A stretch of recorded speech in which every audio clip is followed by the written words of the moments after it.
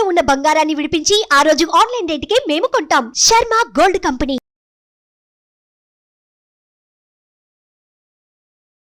నమస్కారం, welcome to Suman TV. నేను గీతాంజలి. ప్రస్తుతం మనతో పాటు శ్రీచక్రపీఠ వ్యవస్థాపకులు, ప్రముఖ జ్యోతిష్యులు, అందరికీ సుపరిచితులైన వ్యక్తి శ్రీ ప్రదీప్ జోషి గారు. వారితో మాట్లాడదాం. గురుగారు నమస్కారం అండి. శ్రీమాత్రే. శ్రావణ మాసం అంటేనే మొత్తం ప్రతిరోజు ఒక పండగలా ఉంటుంది. ప్రత్యేకించి ఇక్కడ మనకి అందరికీ ఇష్టమైన, పిల్లలకి పెద్దలకి మరీ ముఖ్యంగా తల్లులకి ఇష్టమైన పండుగ కృష్ణాష్టమి. ఎందుకంటే పిల్లల్ని చక్కగా కృష్ణుడిలాగా అలంకరించి మురిసిపోతూ ఉంటారు చూసుకుని. అయితే కృష్ణాష్టమి ఈసారి మళ్ళీ సందిగ్ధత ఏర్పడింది తారీఖుల్లో అని చెప్తూ ఉన్నారు. 26, 27 అంటే ఎప్పుడు జరుపుకోవాలనేది ఒకటండి. ప్రత్యేకించి ఆ రోజున ఎన్నో పరిహారాలు చేసుకోవచ్చు, కృష్ణయ్యని ఇలా పూజించవచ్చు, ఇలా ఆరాధించాలి, ఇలా నైవేద్యాలు పెట్టాలని ఎన్నో వింటున్నాం. మీ మాటల్లో చెప్పండి, అసలు కృష్ణాష్టమి రోజు ప్రతి ఒక్కరూ ఏం చేయాలి? శ్రీ గురుభ్యో నమః. శ్రీమాత్రే నమః. కృష్ణాయ వాసుదేవాయ హరయే పరమాత్మనే ప్రణత క్లేశనాశాయ గోవిందాయ నమో నమః. కృష్ణాయ నమః. కృష్ణ అంటే అర్థం ఏమిటంటే ఆకర్షణ. కృష్ణ మంత్రం ఎన్నిసార్లు మనం కృష్ణ కృష్ణ అంటే మనకంత ఆకర్షణ శక్తి పెరుగుతుంది, అంత విచక్షణ పెరుగుతుంది, అంత జ్ఞానం పెరుగుతుంది. కృష్ణనామస్మరణ అద్భుతమైన నామస్మరణ. ఎవరైతే కృష్ణనామస్మరణ తమ జీవితంలో చేస్తూ ఉంటారో రెగ్యులర్గా, వాళ్ళ జీవితంలో ఎలాంటి విపత్తులు వచ్చినా ఆ విపత్తులను ఎదుర్కొనే విచక్షణ జ్ఞానము మనకి భగవంతుడు ఇచ్చేస్తాడు, కృష్ణుడు ఇచ్చేస్తాడు. కృష్ణుడు పక్క నుండి నడిపిస్తాడు. కృష్ణ అందులో పని కృష్ణాష్టమి, కృష్ణావతారము సంపూర్ణ అవతారం. కృష్ణావతారము, రామావతారము సంపూర్ణమైనటువంటి విష్ణు అవతారాలు. మిగతా అన్ని కూడా అంశీభూత అవతారం. అందుకే అందులోనూ కృష్ణావతారము యోగేశ్వర అవతారం. అంటే అందులో రిస్ట్రిక్టెడ్ లేదు. కృష్ణుడు ఎన్ని రకాల అంటే అన్ని రకాల మానవుల్లో ఉన్నటువంటి అన్ని కులాల వారికి, అంటే అన్ని రకాల వృత్తుల వారికి ఆయన మార్గనిర్దేశం చూపించాడు కృష్ణావతారం. అదే రామావతారంకి వెళ్తే క్షత్రియ ధర్మం మాత్రం చెప్పాడు, కానీ కృష్ణావతారం అట్లా చెప్పలే. ఇటు క్షత్రియ ధర్మం చూపించాడు, ఇటు బ్రాహ్మణ ధర్మం చూపించాడు, అందరికీ ధర్మం బోధించాడు. అందులోపల భగవద్గీత మనకు ఉపదేశం చేశాడు. కృష్ణతత్వాన్ని అర్థం చేసుకుంటే లైఫ్ని ఈజీగా గడపచ్చు. కృష్ణతత్వం అర్థం చేసుకుంటే ఎవరిని ఎక్కడ బోల్తాలు కొట్టించాలి, ఎవరికి ఎక్కడ మనం ట్రీట్మెంట్ ఇవ్వాలి, ముళ్ళుని ముళ్ళుతోటి తీయాలి అన్నట్టుగా కృష్ణుడు ఎవరిని ఎక్కడెక్కడ ఎట్లెట్లా తొక్కాలో అన్నీ నేర్పించాడు మనకి.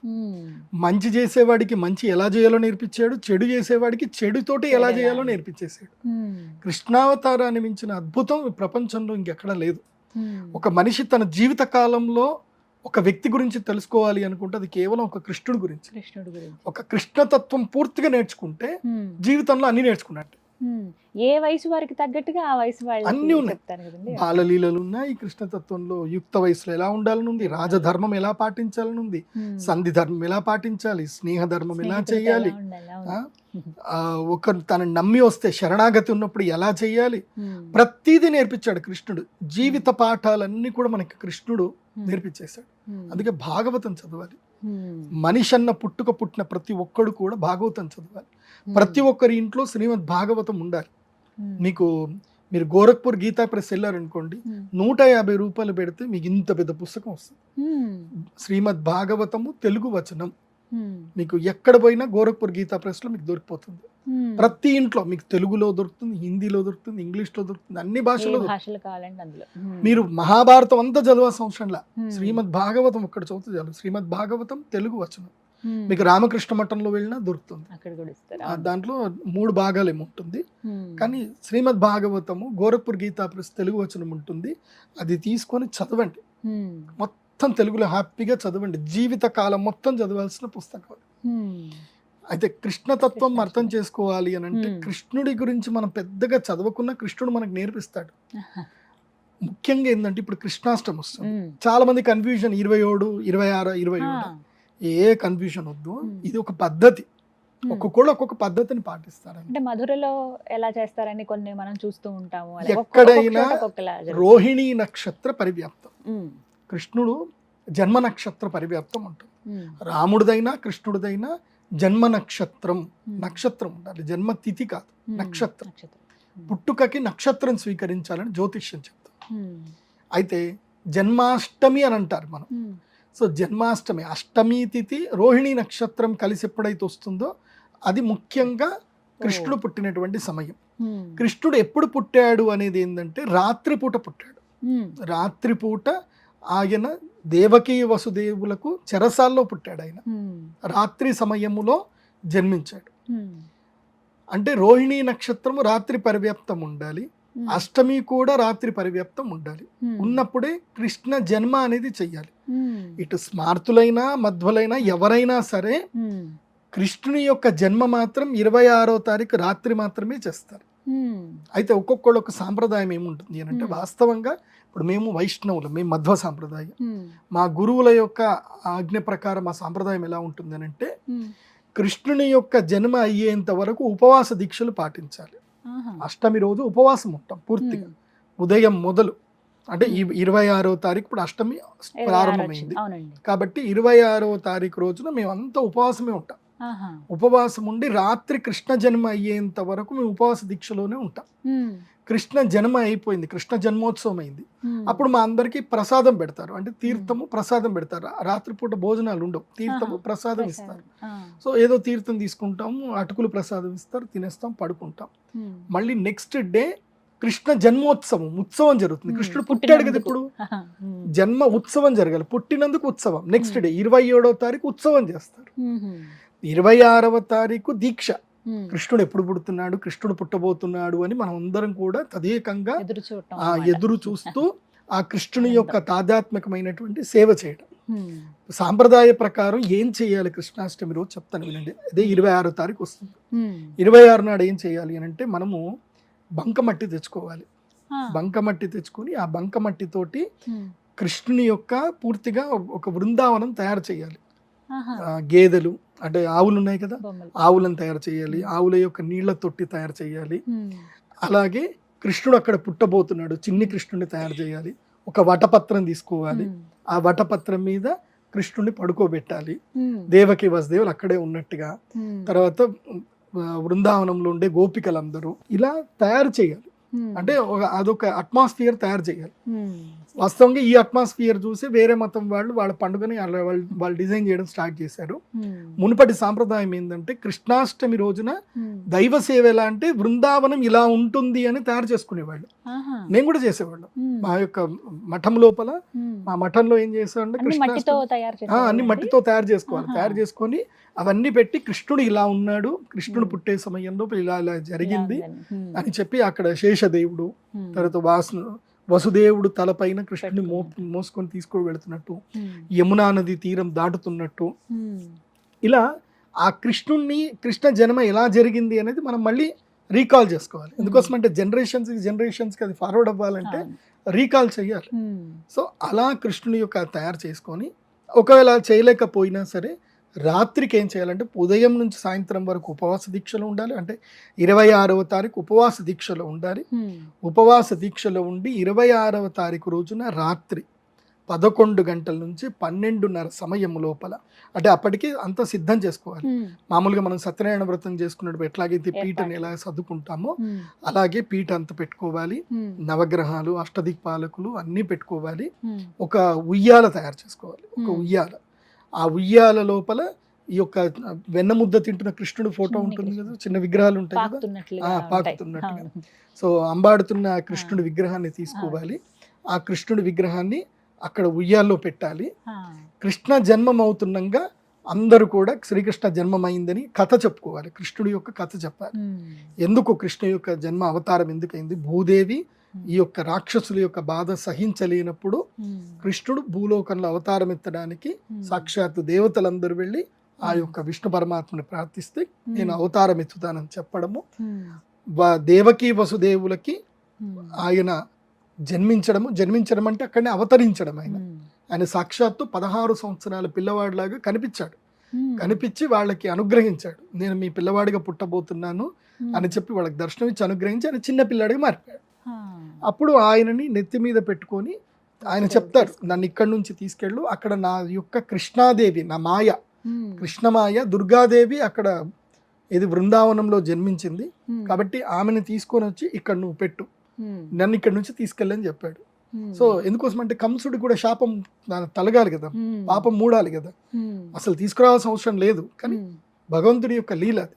సో వసుదేవుడు కృష్ణుని నెత్తి మీద పెట్టుకొని ఆ సంసార సాగరం అనేటువంటి యమునా నదిని దాటుతూ ఉంటే కాలచక్రం, కాలం అనేటువంటి యొక్క శేషదేవుడు పైన వర్షం నీళ్లు పడకుండా ఆయనని ఆపడము, ఆయన వెళ్ళడము, బృందావనంలో వెళ్ళి కృష్ణుని అక్కడ పడుకోబెట్టి మాయాదేవి అంటే దుర్గాదేవి ఆ కృష్ణమాయని తీసుకొని వచ్చి ఇక్కడ పెడితే కంసుడు వస్తాడు. కంసుడు వచ్చి ఆ యొక్క కంసుడు 8 మందిని చంపేద్దామని డిసైడ్ అయ్యాడు. అందులోపల 7 చనిపోయారు. ఈ 8వది దుర్గాదేవి.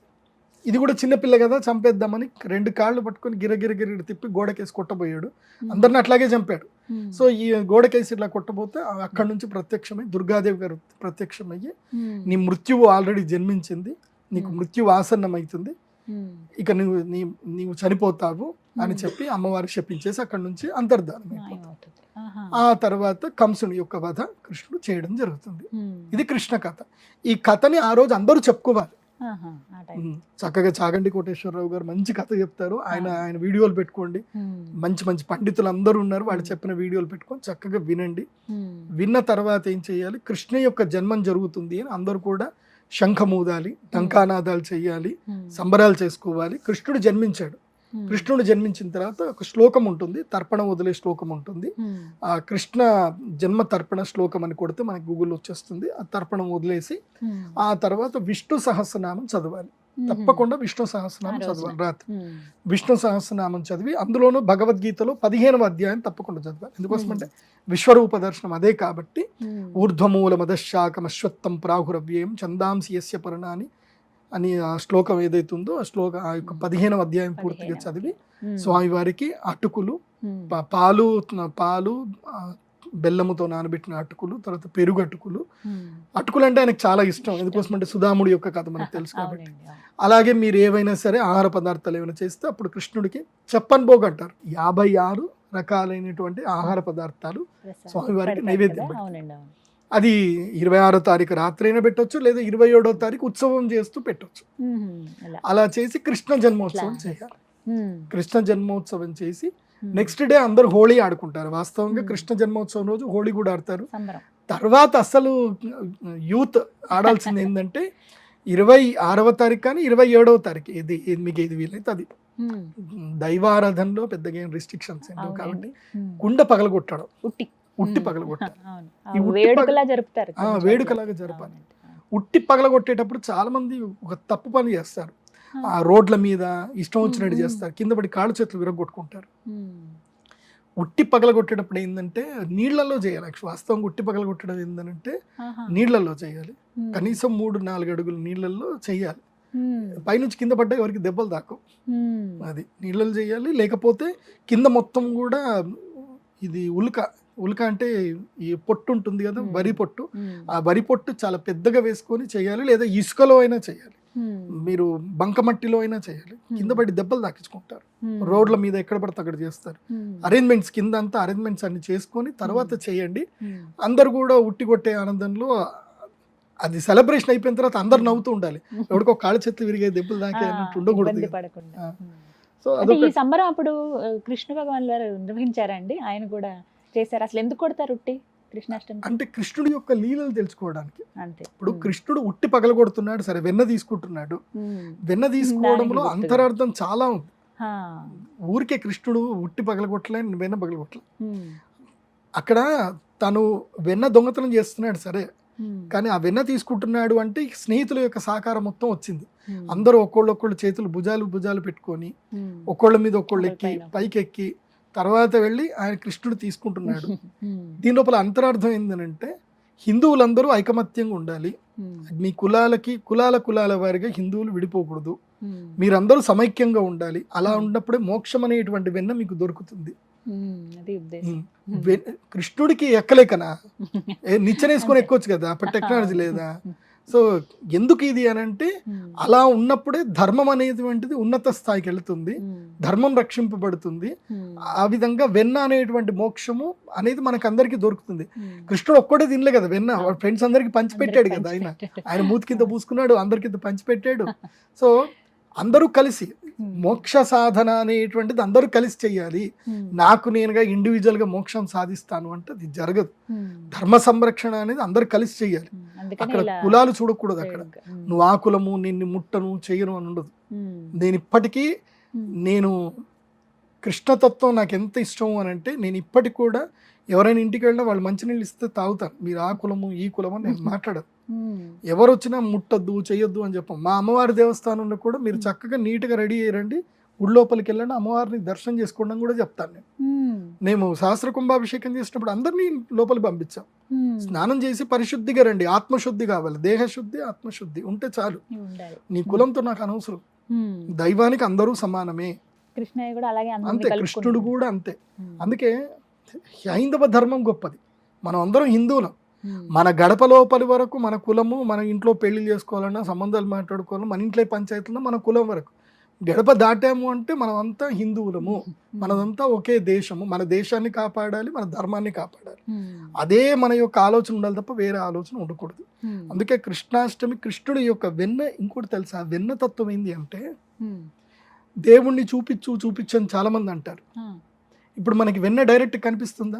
ఆవు పాల నుంచి డైరెక్ట్గా వెన్న బయటకు వస్తుందా? రాదు. ఆ వెన్నని ఏం చేయాలి? దానికి ఒక ట్రీట్మెంట్ చేయాలి. వెన్న చిలకాలి, వెన్న చిలుకుతున్న ఆవు పాలను తోడుబెట్టాలి, పెరుగు అవ్వాలి, పెరుగులో మజ్జిగ అవ్వాలి, మజ్జిగను చిలకాలి, చిలకిన తర్వాత వెన్న వస్తుంది. సో వెన్న ఊరికే రాదు. అలాగే భగవంతుని యొక్క దర్శనం మనకు ఊరికే దొరకదు. సో మనం కూడా సాధన చేయాలి. సాధన చేయకుండా భగవద్ దర్శనం దొరకదు అనేది మనకు అర్థం. అందుకే మళ్ళీ వెన్న కరగబెడితే నెయ్యి, ఆ నెయ్యి కాలుస్తే అది ఊర్ధ్వలోకానికి వెళ్ళిపోయి అమృతమైన జలధారగా వస్తుంది. సో ఎంత శక్తి ఉంటుంది అనేది మనకి భగవత్ తత్వం చెప్పింది. అందుకే భగవత్ తత్వాన్ని తెలుసుకోండి. కృష్ణాష్టమి రోజున సంతోషంగా కృష్ణుని పూజించండి. మీ పిల్లల్ని అలంకరించండి. ఆడపిల్లల్ని అలంకరించండి, మగ పిల్లల్ని అలంకరించండి, అందరినీ అలంకరించండి, అడుగులు వేస్తారు. వాస్తవంగా చాలా మంది కొన్ని విషయాలు తెలియదు, అది కూడా చెప్తాను. ఏం చేయాలి పిల్లల్ని అలంకరించిన తర్వాత అంటే, ఒక ఏదైతే గనక ప్లేట్లో కుంకుమ నీళ్లు కలిపేసి మీ పిల్లల కాళ్ళు దాని మీద పెట్టి వాళ్ళ కాళ్ళతోటి అడుగులు వేసుకుంటూ దేవుడి గద్దాక తీసుకెళ్ళండి. వాళ్ళతో వేయించాలి అడుగులు. భగవత్ స్వరూపం, పిల్లలే భగవత్ స్వరూపం. ఆ పిల్లల అడుగులు ఎవరు వస్తున్నారు అని అనాలి. కృష్ణుడు వస్తున్నాడు మా ఇంటికి అని అనాలి. అలా కృష్ణుడి యొక్క బుడి అడుగులు వేస్తుంటే వెనక నుంచి కెమెరా పెట్టుకొని చక్కగా చేసి రీల్స్ చేసుకోండి. అందరికీ ఈ ధర్మానికి సంబంధించి అందరికీ వ్యక్తపరచండి. ఒక్క మన హిందూ ధర్మంలోనే ఎంత గొప్పది అని అంటే, ఇటు శ్రావణ మాసం వస్తే ఆడపిల్లల్ని పూజిస్తాం. ఆడపిల్లకి వయసుతో సంబంధం లేకుండా వాళ్ళకి చక్క కాళ్ళకి పారాయణ పెడతాం, వాళ్ళని లక్ష్మీదేవిలా పూజిస్తాం. ఇవి అష్టమి వచ్చింది, చిన్న పిల్లలందరినీ కూడా మనం కృష్ణుడిలాగా పూజిస్తాం, అల్లారు ముద్దుగా ఆడిస్తాం, అలంకరణ చేస్తాం. మన దాంట్లో అలంకరణ ఉంటుంది, అందం ఉంటుంది, ఐశ్వర్యం ఉంటుంది, ఆనందం ఉంటుంది, వైభోగం ఉంటుంది. ఎంత సంబరాలు ఉంటాయి మన పండుగల్లో.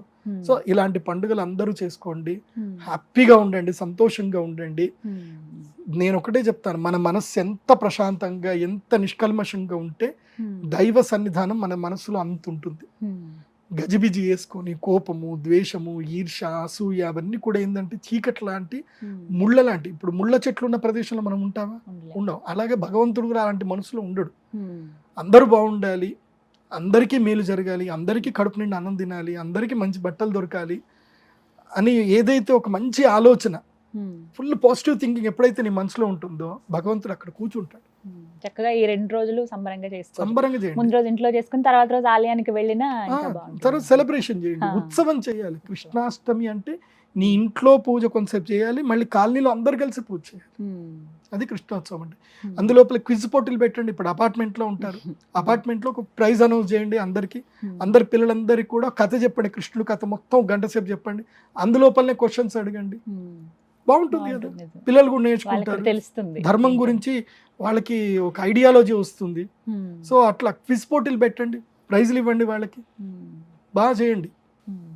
కృష్ణాష్టమి అయితే ఇలా మీరు అంటుంటేనే అర్థమవుతుంది ఎంత సంబరంగా చేసుకోవచ్చు. చక్కగా వివరించారు గురుగారు. నమస్తే అండి. శ్రీమాన్. సుమన్ టీవీలో మీ పర్సనల్ అండ్ బిజినెస్ ప్రమోషన్స్ కోసం కింది నెంబర్కి కాంటాక్ట్ చేయండి.